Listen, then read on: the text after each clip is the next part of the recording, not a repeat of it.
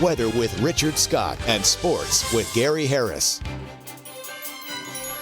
Coming up at Home Team Weather, it's mighty hot this afternoon, 94 in the city of Tuscaloosa, 95 in Birmingham. What about the forecast over the next few days? How hot's it going to get? And how about those heat index values? Your forecast is straight ahead.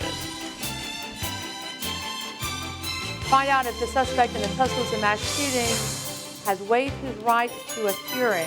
Also, if the recent shootings have you considering buying a gun for your personal safety, find out what an expert says you need to know before you do that. We're glad you're with us tonight. I'm Lynn Brooks. And I'm John Huddleston sitting in tonight for Terry Brewer. We'll have an update on the investigation into the mass shootings in Tuscaloosa in just a moment. But first, we've got our first look at suspected Colorado shooter James Holmes earlier today. An emotionless Holmes stepped into the courtroom in shackles with a dazed look on his face at times, and his appearance left more questions than answers. Renee Marsh has more in tonight's top story. James Holmes sat silently, still sporting his dyed red hair with a public defender by his side. Holmes barely raised his eyes and looked almost sleepy during his first court appearance Monday. He's suspected of killing 12 people and injuring dozens more early Friday morning when he allegedly opened fire at a packed showing of The Dark Knight Rises. Investigators say his apartment was booby-trapped, designed to kill anyone who walked through the door. We won't know the full extent of the charges this 24-year-old will face until next Monday. For the time being, he's being held without bail. You know, many of the victims of Friday's shooting just might want have to been know there what by could themselves provoke such a even, horrific you know, crime. and just to go in there and just to shoot up people you've never met, you never even known, just doesn't seem logical. Sunday evening in Aurora, Colorado, the community came together to grieve. President Obama visited with victims and families, offering condolences on behalf of the entire country. It was an opportunity for families to describe how wonderful their brother or their son or daughter was, and the lives that they had touched and the dreams that they held for the future. This is expected to be an emotional week in Aurora as families prepare to bury loved ones. Now that this first court appearance has wrapped up, later on this afternoon, we're expecting to hear from Holmes's family in San Diego. They have not spoken out publicly since Friday's shooting. Reporting in Centennial, Colorado, I'm Renee Marsh. A lawyer representing Holmes' family members say their hearts go out to the victims and their families. When asked if James Holmes' family stands by him, the attorney said, quote, "Yes, they do. He's their son." Well, continuing on your Crime Watch now, the latest on the mass shooting in Tuscaloosa. Now, it's been 1 week since a gunman opened fire in downtown Tuscaloosa, wounding 17 people. And according to Tuscaloosa County District Court, the suspect has requested a preliminary hearing. 44-year-old Nathan Wilkins of Northport is charged with 18 counts of attempted murder in connection with the shooting in Tuscaloosa and also a shooting in Northport. Court documents show Wilkins is being represented by Joseph Van Heest, head of the Tuscaloosa County Public Defender's Office. A hearing date has not yet been set. Authorities say Wilkins opened fire outside the Copper Top Bar in Temerson Square, hitting 17 people. Officials say Wilkins is also connected to a shooting in Northport that wounded 1 man. Tuscaloosa County's homicide unit is also investigating 2 cases of arson, 1 in Brookwood and 1 in Northport. Investigators believe Wilkins is also tied to those cases.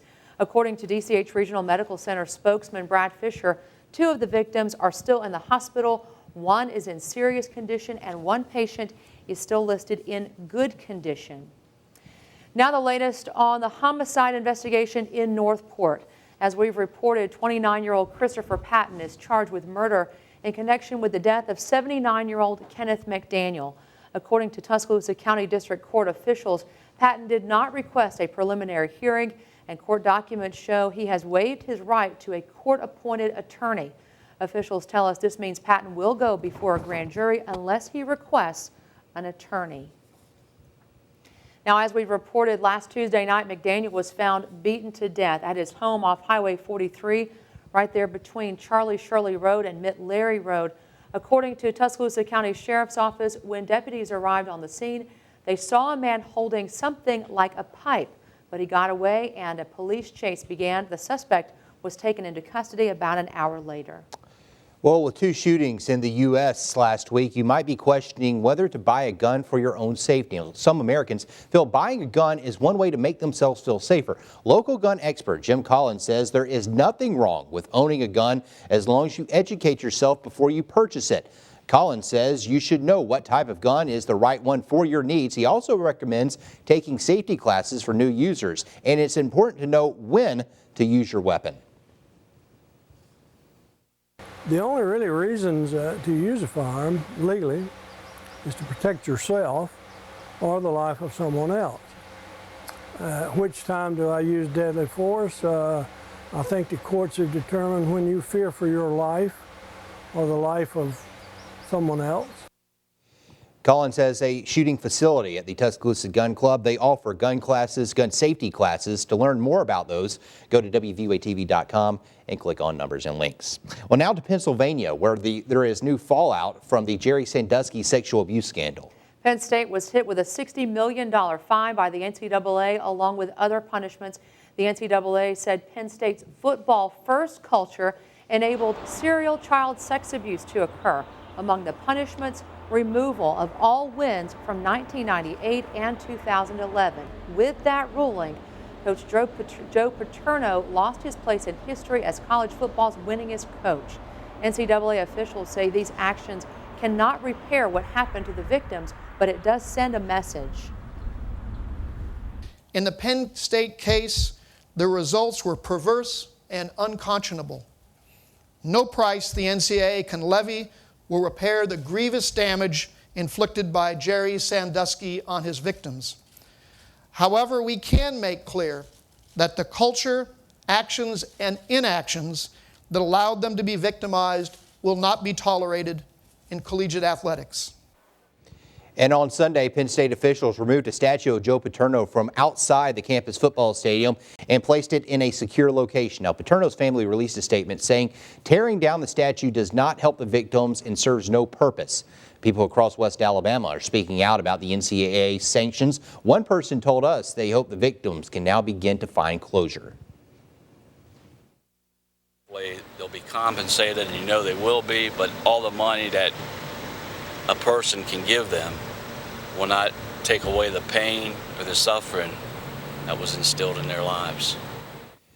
More on Penn State sanctions coming up a little bit later on with Gary Harris in your home team sports. Well, leaders from all over the world are in Washington this week for the International AIDS Conference. More than 20,000 people are there to discuss the global response to HIV and AIDS. It's the first conference to be held here in the U.S. in more than 2 decades. Because people with HIV were forbidden from entering the U.S. for more than 18 years. The United Nations says an estimated 34 million people worldwide are infected with HIV. Secretary of State Hillary Clinton says the U.S. is donating $80 million to help poor countries. Researchers are studying a group of infected men and women whose level of virus is undetectable despite never having any drug therapy. The hope is someday what's in those patients might translate to a cure for others. Most reasonable people would say it's at best 50-50 that we're going to get a cure. So we don't want to overhype this. We're excited. We think it's possible. We think it's worth pursuing, but don't expect anything in the near future. That conference lasts through Friday. Coming up next in home team weather, a few scattered storms on radar this afternoon. Most spots rain-free, but what about the rain chances through your weekend plans? Weather's coming up. Stay with us.